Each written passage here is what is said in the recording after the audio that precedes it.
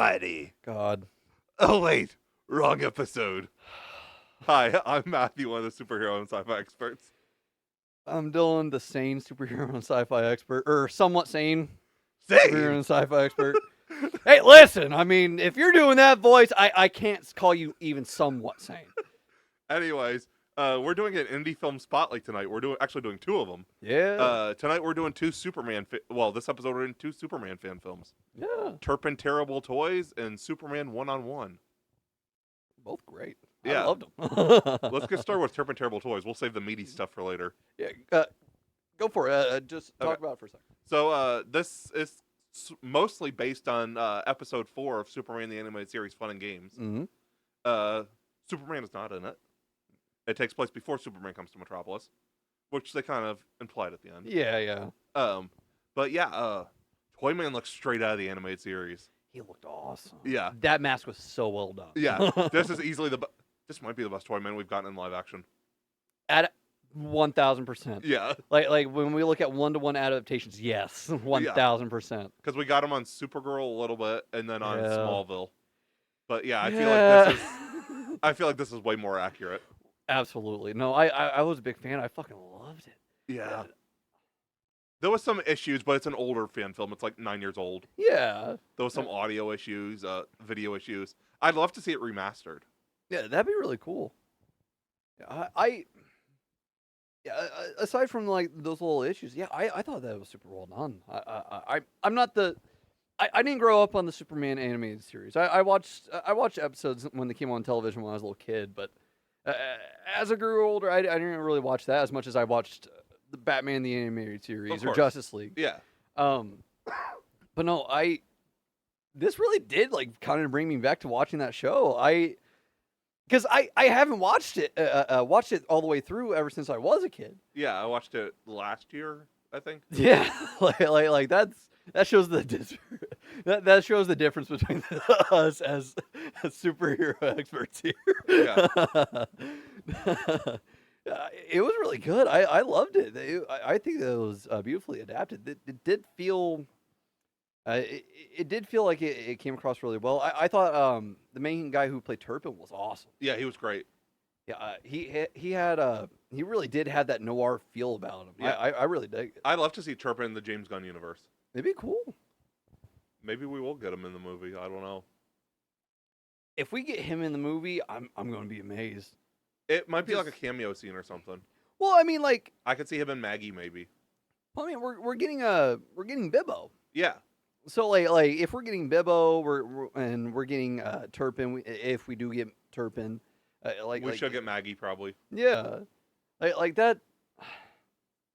I wouldn't put it past James Gunn. I'll say that. Right. I hope it happens, but well, he wanted to go for reference of the animated series, where it's like it looks kind of old school, but it's also futuristic. That's what he wanted Metropolis to look like. Good. That's what it should look like. Yeah. And it's yeah. He said the animated series was reference for the Metropolis in this. Okay. I'm excited. Yeah. Hold on. Let's not. But speaking of Metropolis. Yes. The Daily Planet Globe on top of the building. Yes. That was a unique design. I really liked that. Yeah. I can't remember how it looked in the original animated show. Was that close? Pretty close, yeah. Huh. I will say they used some CGI for some of the night shots of the city. Yeah. You could definitely tell that was. Yeah, I was gonna say. I feel like if you did it today, it'd probably be a drone shot. Yeah. No, I thought it was. I will say, with it not centering on Superman, I appreciate it because it does. That does mean that it uses a lot less CGI, and I feel like that would have dragged it down a little bit with when it came out. Right. I was actually really super appreciative of that. Yeah. But it's I was really appreciative of that. I see what you did there. Oh, thank you. If only we were still doing the spray bank. No, yeah, because with fan films you got to be careful because if you don't have the budget, it could come off really bad if you don't have the budget for what you're trying to do. Yeah, exactly. It could be really cheesy. Yeah. I appreciated that. I think that the fact that they didn't incorporate Superman allowed them to make it more realistic and have it more grounded. Yes. And I thought that was awesome. I thought they nailed it there. Yeah, No, definitely. I agree. I think it'd be cool if they remastered it. Yeah. Yeah, I really like to see that, or just do a retelling of it or something, and just like with the modern practices. Yeah. I think it'd be interesting. Yeah. I could. I'd also do. I know they can't sell it because it's copyrighted. Yeah. Put a DVD out and make a donation. You make a donation, you get a DVD. What, like Man Camp? Like to the studio, like whoever made the film, they make a donation to their other work if they have other work, and then they get a DVD release of it for a certain amount. That'd be cool. I wish more fan films would do that, because I'd love to have certain fan films on DVD. Punisher Nightmare being one of them. I was gonna make a comment, but I'll save it for after the episode. Yeah. Yeah. Punisher Nightmare would be a cool one. Yeah, because that was really good too. So would the Batman Beyond one. But I want a full-fledged one on that one before yeah. we get a release. Yeah, definitely. Logan the Wolf would be a cool one to have. Yeah. That was another one that came to mind. Yeah. So sick, dude. There's so many good fan films out there. There are. I'm bummed out that I didn't. I'm really bummed out that as a fan that I didn't grow up watching more fan films. Yeah, I didn't start getting into them until like 8 years ago. Really? Yeah. I would expect earlier for you. There wasn't a lot before then. Well, I could see that because Before, like home filming 2012, and stuff. Yeah. Because a lot of it's probably shot on phones. Yeah. Or phones, cheap camcorders, Yeah. or mid-price camcorders. Yeah. Yeah, okay. So it was limited by the technology of the time for homemaking. Well, I will say, the early days of fan films, you have to give them one thing. They looked a lot better than the films that came out in the early 90s. Yeah. like, like Batman Dead End. I don't think I've seen that. Listen, I'm somebody that sticks to official shit. I've always been that way. I know what one of the ones we're doing for the next episode is. Okay. You're in danger. It's a crossover. We'll talk about it later. Yeah. I don't like that laugh. I appreciate. Yeah, there's the Joker laugh. I was about to say I appreciate it more than you do in the Joker laugh, and Just clowning around here. you beat me to it. No, with a baseball bat. don't. We're not slipping into it this episode. Don't. Doing it for the Folly You Do episode was enough. Listen, if you do that on the next episode, I'm going to make you mute yourself. Mute. Yeah. I'll unplug a cord if I have to. No, I dug this for it having coming out the way the time that it did. I feel like it aged well. Yes. Yeah, there were things that didn't age super well. Like it was a CGI shot, which is still better than some that we get today. Yes. Both official and non-official. Yeah. Some of the audio was a little bit needed better ADR. Yeah, like I will say one thing that part of the audio issue that I feel like could have been It might have been YouTube itself. yeah it might have been the compression of it. Yeah. Well, like one of the things I feel like they did with it was they wanted the inside the mask feel for Toyman. I can't remember if that's how he was in the original show. That's how he looked, at least. No, I meant like how he sounded. Yeah. It was similar to that, yeah. Okay. I feel like they could have. I feel like they tried to do it on set the best they could, or at least that's how it sounded. Right. Because it felt like he was doing it with the motions. Yeah. And I appreciate that because that's an actual level of realism. Right.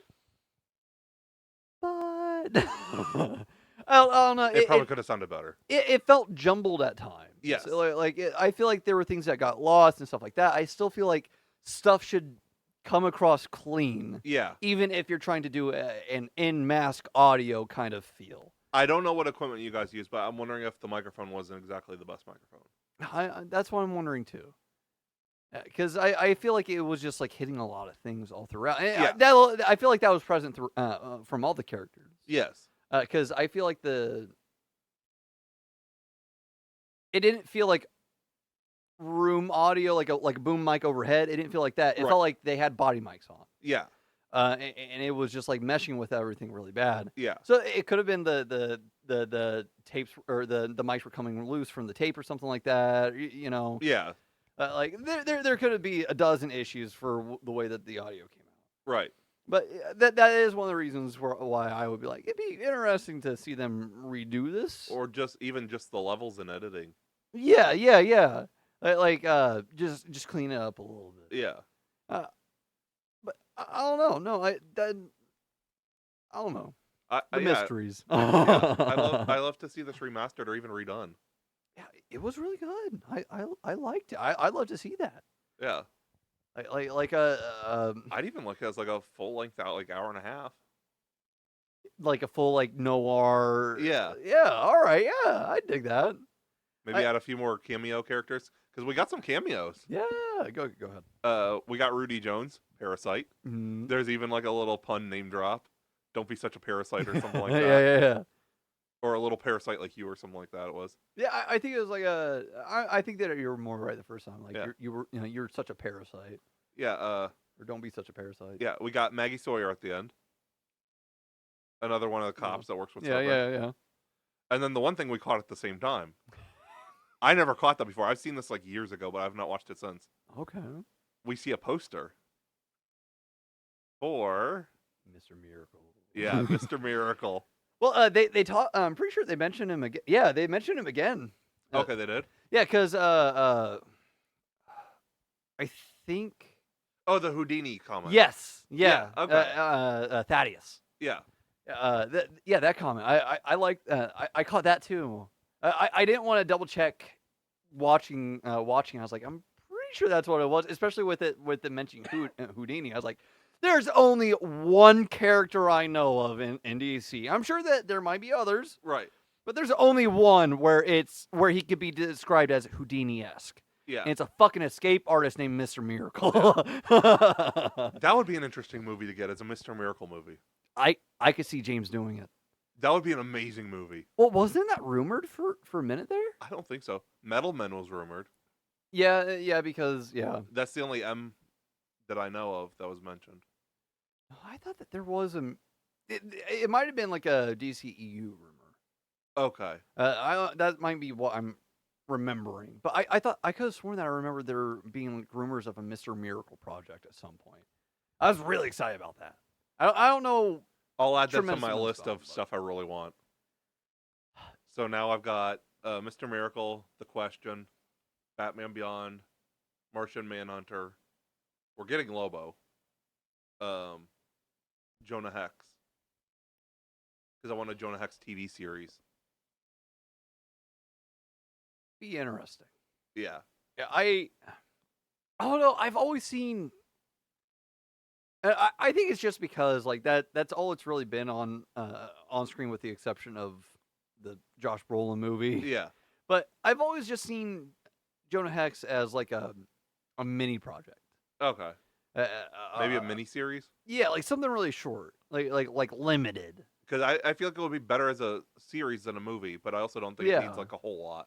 Yeah, so maybe like an 8-episode miniseries. Yeah, because I just Jonah Hex is kind of in his own bubble. Yeah, it's kind of like the same thing as Commandy. Yeah, I feel like Commandy is another one of those characters where it's like, okay, yeah, we can pop into his world for a second. Yeah, but what you see is what you kind of get, you know. Batman Beyond needs a full-fledged series. Yeah, because there's so much like world there, and the fact that it's like connected to everything else. Yeah, the continuation. Batman Beyond TV show, Ryan Potter and Michael Keaton. Dude, you're about to. Michael Keaton's my Batman through and fucking through. I'm thinking Ryan Potter on top of it.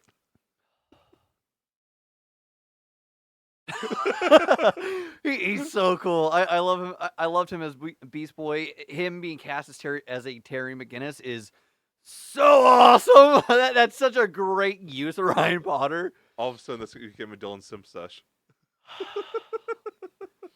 Listen, it's more people than just Haley Atwell. I just gotta say. No, back to Turpin Turbo Toys. Yeah, I think it aged really well. I really liked it. I would like something else to come out of it. If you could give it a star rating, what would you give it out of 5? See, that's always a really difficult question for me with my experience with fan films, because I don't have a whole lot to compare it to. I'd say, just comparing it to like a shorter film, I'd say 3.5. Yeah, okay. Yeah, my gut says that's about right. Yeah. It's good, but it's not great. Yeah, like there was room to improve. Yes. And there are issues with it and stuff. Yeah. So yeah.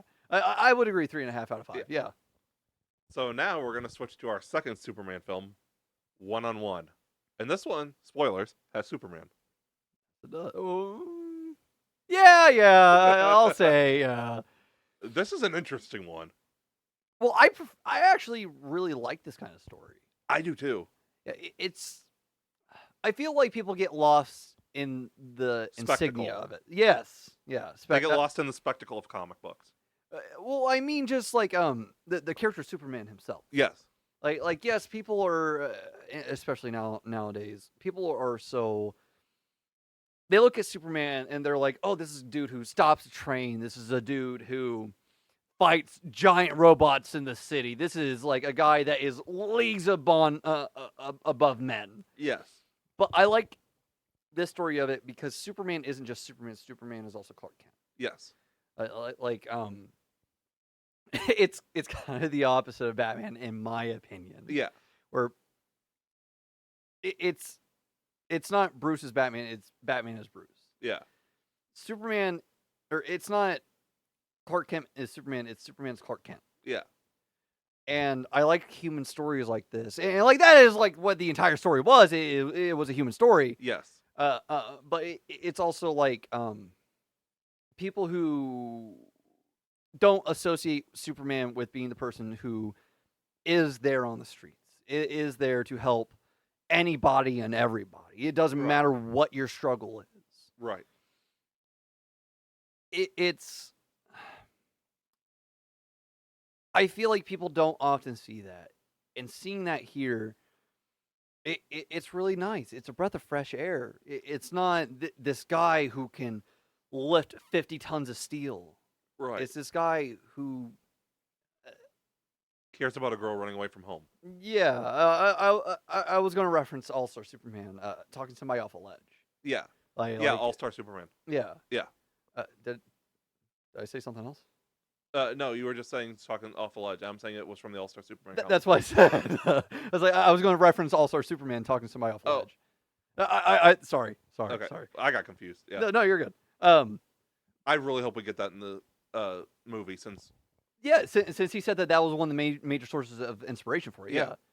I like. I will not cry. Sure, because this made me cry. I've gone to see several superhero movies with you where they had feel good, feel bad moments, and I don't think I've seen you make it through it once without having a teary eye at some point. But no, I like that here because it was kind of that thing. It was kind of like talking somebody off of the ledge. Yeah. Because one of the things was, we mentioned it, he talks to a girl who's pregnant. Yes. And she like when we kind of find her, she's frustrated because she can't get a light. Yeah. And to me, that is still kind of the talking him off a ledge, because by the end of it, she throws away her pack of smokes. Yes. Like she still has the lighter, right? Yeah. She didn't throw that away. That was given to her by her dad. Yes. Or it belonged to her dad. it was kind of like that was another thing, kind of like talking somebody off of a Yeah. ledge. Like it was talking somebody out of harming themselves, Yeah. and not just themselves in this case. Right. But it was just really nice because I like showing that, or I like it when people show that Superman is more than just the insignia that's on his chest. Right. Like he's still this person who wants to save everybody, regardless of how he has to dress. Right. And I was really a big fan of that, and I really like that. And the fact that they didn't incorporate the persona of Superman as like a inserted character, I would say, because they talk about the ideology of Superman a little bit during this. But we do have that shot of him at the end, and that truth be told, that gave me chills. Yes. That was a great use. And the fact that it was just him watching over her. Yeah. I was a big fan of that. That was really cool. Yeah. I don't think that fan films should do that all the time. No. But I think that fan films that do it, at least in this case, like they do it right. This worked. Yeah, like that was awesome. Like I said, it's they kind of removed the cape from it. Yeah. They removed the cape from Superman and put him on the bench.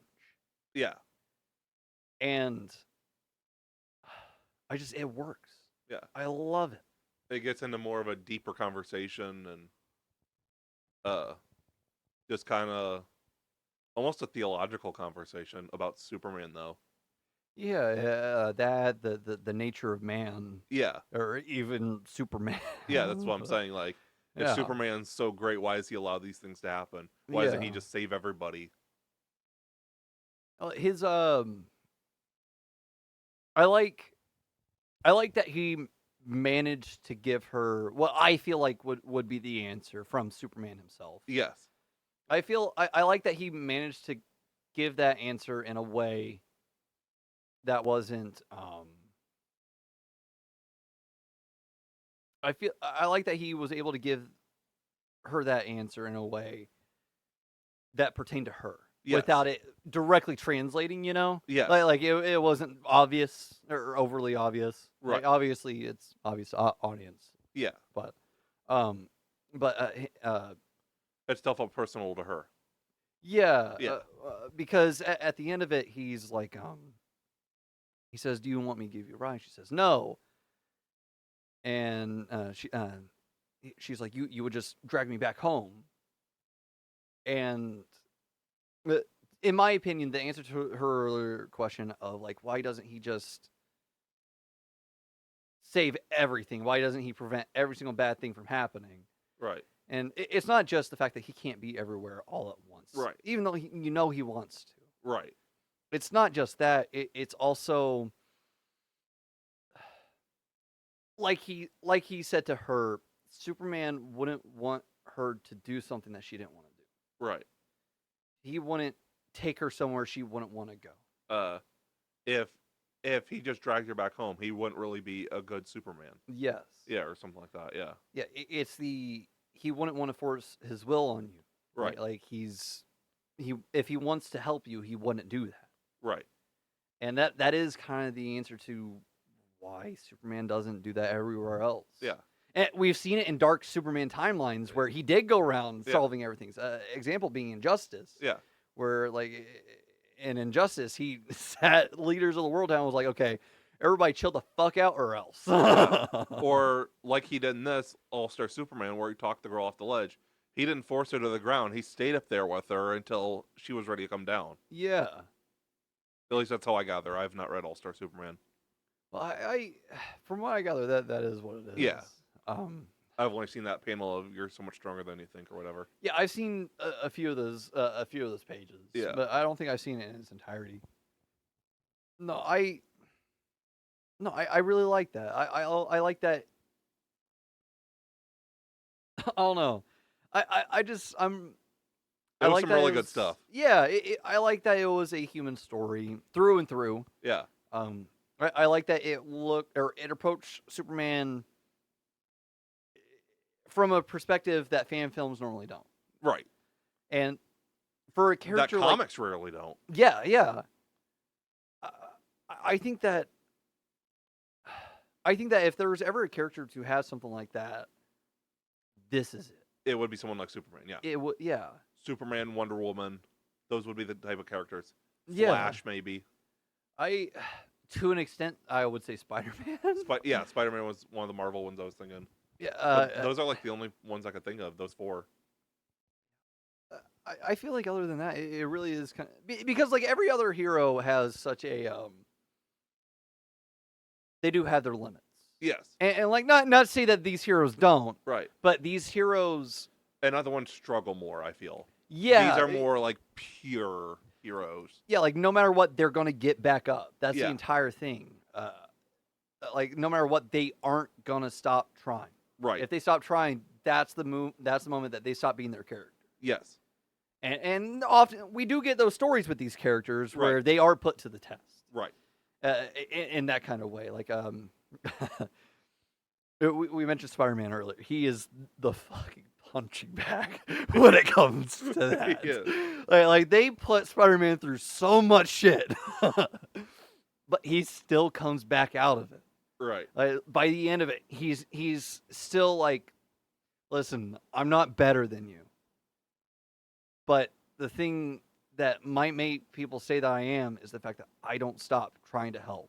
Right. Like I always fight for you, no matter what you do, even if you're a piece of crap. Don't stop thinking about tomorrow. No. No, I mean to derail the conversation. No, I like this. I like this kind of stuff being represented on screen because it is that more. It brings in the more complicated discussion pieces, and it does make you think more. And I feel like a lot of superhero movies these days focus purely on the action. Yeah, they focus on the action. They focus on like, oh, there's a very clear like through and through. This is the bad guy. Here's the superhero going after him. There's less humanity and spirituality to it. Yeah, like it doesn't feel like a lived-in world. Right. I'd say the closest thing we've got recently, well, one of the closest things is obviously the Daredevil TV show. Yes. Yeah. You're a bigger fan of Daredevil than me. Yeah. So if you want to elaborate on that, just like it. Well, part of it's being a TV show, but so there's more room to explore. Yeah. But just the moments in between the action, the stillness, if you will, celebrating a win, struggling to understand why this is happening, whatever. Just the humanity and the struggle of life. Yeah. Well, I mean, like all of season, not to get off topic, but like all of season 3 of Daredevil. Yeah. Like almost all of it is this like constant moral discussion, despite like interjected in between badass fight scenes. Yeah. But there's still that discussion to make you think. Yeah. Too many superhero. I'm gonna catch some heat for this. A lot of superhero movies today are pretty mindless. Yeah, I would agree with that. No, like I'm not gonna argue there. They push a lot of the important subjects aside in favor of just the action. Yeah, I know that people. I can to play devil's advocate for just a second. Yeah. Not that I would throw this thing out because I completely get what you're saying. I fully agree. But I feel like a lot of people would I feel like a lot of people would argue against it, where they would be like either they would be like, oh well, I want the black and white escape, you know, where they don't want the moral complexities of the world being interjected. I want that. I want complex stories. You should want complex stories as an audience, but I don't judge you if you don't. Right. Superheroes were built on complex stories. Yeah, to play the devil's advocate, I feel like a lot of people will be like, well, I mean, they really do their job if they don't just like tell you about it. Like you have to like read into it. It's like, okay, but I don't want to connect invisible dots. Right. Like okay, so I'm trying to think of a good comparison to a more recent big project. I would say, like we mentioned Daredevil. Yeah. God, which is Legends of Tomorrow versus Daredevil. wow. Yeah. What a barbecue.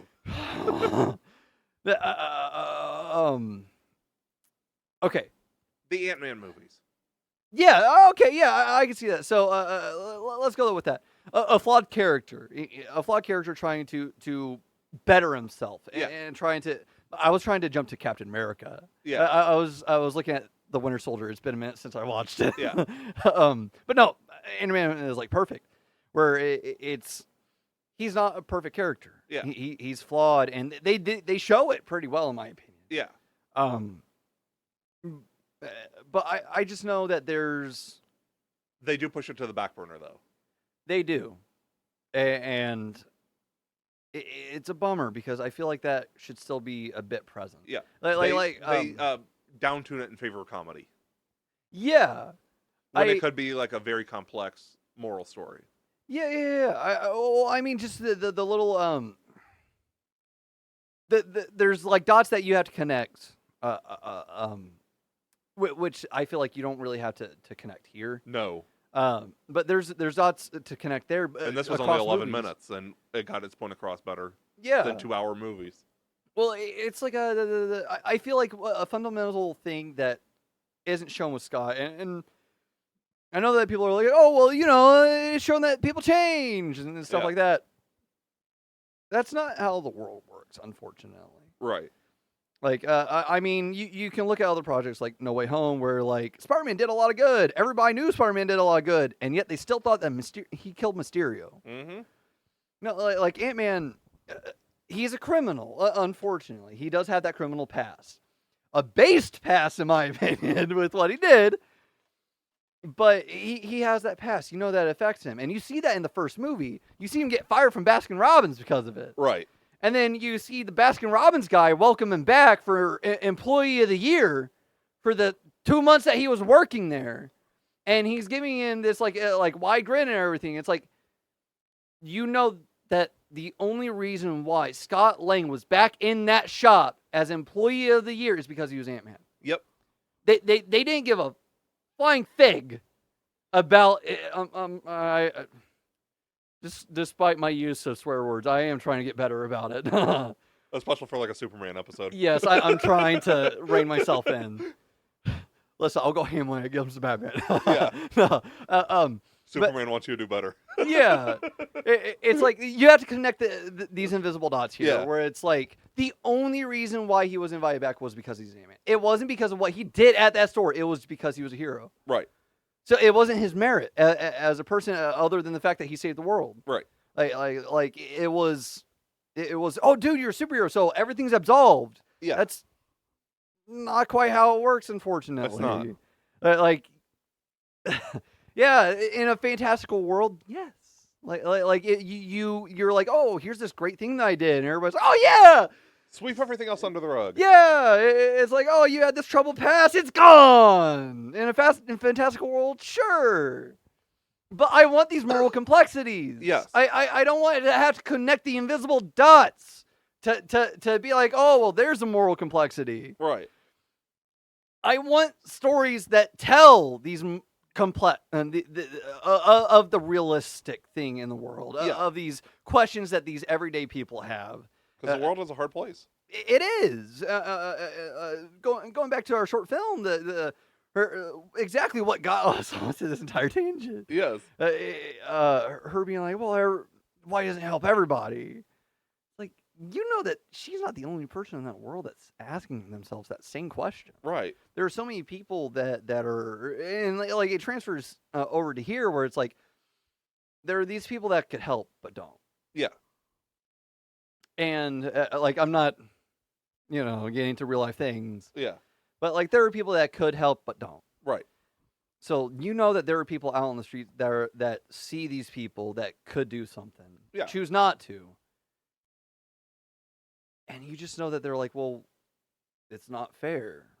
Right. Like it's like there should be somebody helping me. believe it or not everybody can just rise above. Not Right. everybody can just start below the ground and build their way up. Some people do need extra things. It helps to have a helping hand. Right.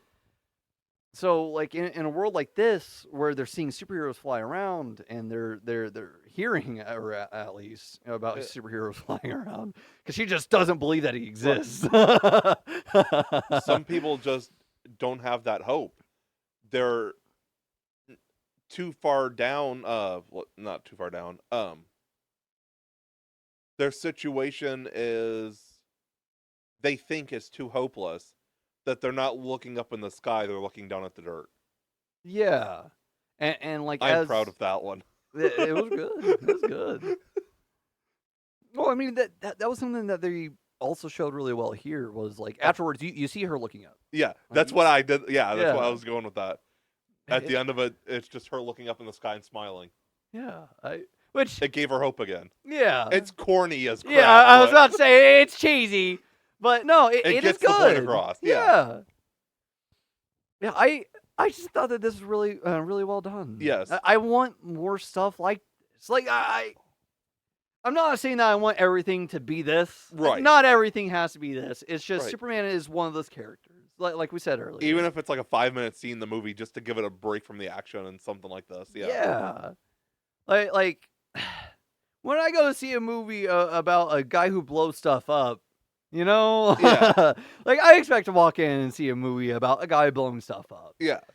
But these characters where you can tell these more complex stories, I want more of it. Yeah. Even Batman, Ace, Justice League. Yeah. Well, one of the best episodes. Yes. By far. By far. But, like, they focus too much. There's the heroics, of course, like the grand scale heroics, stopping a building from burning down, whatever. Yeah. But you can't forget about the individual person that could need saving too. Yeah. It's not just about these large scale battles. As much as I love Man of Steel, looking at the Battle of Metropolis with Zod, Yeah. deaths by the thousands. It's just as much about that 1,000 as it is about the one person. Yes. That's one of the things. Especially with Superman. Yes. Like the guy who was like, you can save everyone. Yeah. Or everyone can be saved. Yes. I I mean, people call it corny, but Superman will save a cat out of a tree. He will. And I will say, anybody who calls it corny doesn't know Superman. I'm Right. sorry about you. Like, I'm not the biggest buff on him, but even I know that. Like, Superman is meant to inspire us to be better. yes. Literally, his insignia is hope. Yes. That's like that's what it is. The reason why he wears that insignia on his chest is hope. I'm sure we'll discuss this more with James Gunn's movie, but Yeah, there's he's gonna be loading this thing. But Superman inspires us to be better. It inspires us to hope. Yeah, I really like that. I like stories like this. Superman is one of those characters where he's one of the best lenses to tell that kind of story through. Yes. And I love what they did with it here. Yes. I thought that was awesome. Now want this more I'd like stuff to see a this. full length out of. Yes, I want more human stories with Superman. Yeah. I think it'd be really cool. What if they extended it to like an hour and he just interviewed a couple different people? That'd be really interesting. Yeah. I would love to see this. Like, yeah. What star rating would you give this one? I'm going with a 4.5 for this one. My only complaint is I wish it was longer. I'll say 4. Okay. Yeah, 4 out of 5. Yeah, this is a really well done fan film. Can you think of any comics besides All-Star Superman that people should check out if they want to see more stuff like this? I'm reading Superman for Tomorrow, and it's got some stuff in it that's pretty interesting. So I'd say Superman for Tomorrow. I'm trying to think. Because, like I said, I'm not the biggest buff on Superman. Right. I was edgy growing up, so I love Batman. Yeah, I was too. I'm just getting into Superman more now. Yeah. What about other heroes that are more just human stories that you could recommend other like DC characters have? Well, you were talking to me about Jessica Cruz. Yeah. So like, there's one. Yeah, her Green Lantern stories. Yeah. I feel like there are messages to be found with Martian Manhunter, Yeah. or it could be found with Martian Manhunter. I'm not entirely sure. Definitely certain Wonder Woman comics. Yes. There's been some Batman comics out there. Flash has some stuff too. Yes. I remember. I can't remember if it was like a fan comic or not. I don't think it was. But I can't remember where I read it from. There was this one where I'm pretty sure it was more recent, but Nightwing and Batman save a kid. Okay. And from something horrible, and the kid's crying, and Nightwing goes to him while Batman's over doing whatever the hell he's doing, like being brooding and intimidating the police that showed up. Oh no! I remember what it was. It was when Superboy took off. Okay. It was these past couple of years, but they went to find. I think they found Superboy, and he was crying and bawling his eyes out. And Dick says, "Hey, did you know that Batman keeps lollipops in his utility belt?" And John's like, "What?" He's like, "Yeah, here, let me go get one." And he like, he goes and gets a lollipop, and it transitions to it transitions to Superman talking to Bruce, and when they're talking, Superman's like, he's so good with kids. Yeah. It's like, that's the entire reason why he's with me. He's like, I know what I am to children. Yeah. He's like, but they're there for them. Like, I would scare the pants off in a Batman way, of course. Yeah. But he's like, I would scare the pants off of them. Yeah. He's like, that's the reason why I have them. They're there to help the survivors. He's like, they're there to help calm everybody down. He's like, I can't do that. Right. And that's another thing where like I like I kind of like when they. It's rare when it happens, but I like when they do that with Batman too. Yeah. It shows that he's not just this like. I'm not saying that he is, but it doesn't. It shows that he's not just this like fake warm personality on the outside, and that he's just truly cold to the core. Right. Like, it shows that there is still like that little bit of warmth in there. There is that human part of him. I like when they bring that out a little bit more. That isn't just like pertaining to. This is wildly off track. But where it isn't just pertaining to members of the Batman family being injured, you know? I feel like Superman kind of brings that out in them. Yeah, they're good counters to one another. Yeah. And that's the reason why they work really well together. Yeah. Which I have full confidence that James Gunn is going to pull that off well. I feel like we'll end this in a second. Yeah. I feel like Superman is good for Hope.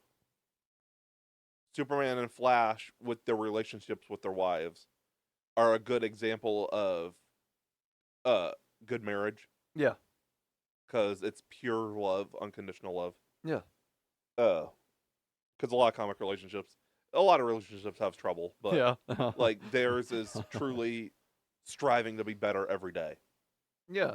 They're always pushing each other. Yeah. In a good way. Yeah. Wonder Woman is about love. Mm. And I'd say Flash is quite a bit about family too. Same with Batman. Yeah, agreed. Because he has had a good amount of family-oriented adventures. Yeah, with the Bat family. Yeah. Yeah. Well, I mean, just with his own family, too. Right. And then Flash has Jay Garrick and Bart and... Yeah. Bart. Yeah. Wally. Well, yeah. I forget what Wally's kids' names were, but I don't know. But yeah, family's their strong suit. I will say, if you're looking for feel-good superhero stories to go after and characters who commonly have them, stay away from Spider-Man. like I said, he really is just like the comic industry's punching bag when it comes to showing superheroes who struggle. The freaking 90s animated series, where the girl wants to know secret identity. I'll keep your secret identity for the rest of my life, and that's his home for terminally ill children. It's like Spider-Man is not a feel-good story. It's really not. Well, like they have those kind of like moments. Yeah, like there's one that I remember, and we will end the episode. But there's one that I remember where he did visit a kid in need who was gonna pass from cancer. Yeah. And like he was like zipping the kid all around the room and everything. Yeah. And like using his webs with everything. Yeah. And like get the kid a mask to play with, and that was a really good story. I was a big fan of that one. Yeah. I wish that I could remember what it came from, but it was awesome. We'll end this with, we need more of this on screen. Yes, please. I love this. This was awesome. I would really love more of it. We need more of the humanity, hopefulness, and love of superheroes on screen. Yes, especially not to speak about current topics, but like with the world that we're currently in. Yes. The world could use a lot more hope, and it could use a lot more light. Yeah. And I think that with superhero media still being one of the most booming aspects of Hollywood right now. Yes. It's a great chance and opportunity to reach a wide audience with this message. Yeah. I have full faith that James Gunn is going to nail it. Yeah. When we get his. We thank you for watching this episode. Remember to like, comment, subscribe, all that good stuff. Remember to rate us. Find us on social media. We're most active on Twitter and Facebook, but we also have Instagram and Threads. Subscribe to our YouTube channel. Follow us on Spotify. Thank you for listening to us ramble. Yeah, superheroes are our thing. Yeah, we go off really hard about them. We're passionate. Thank you for listening, and we hope you enjoyed this episode. Have a great night. Have a great night.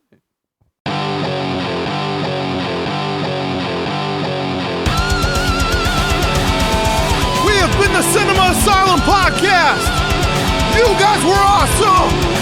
Thanks for coming out. Good night.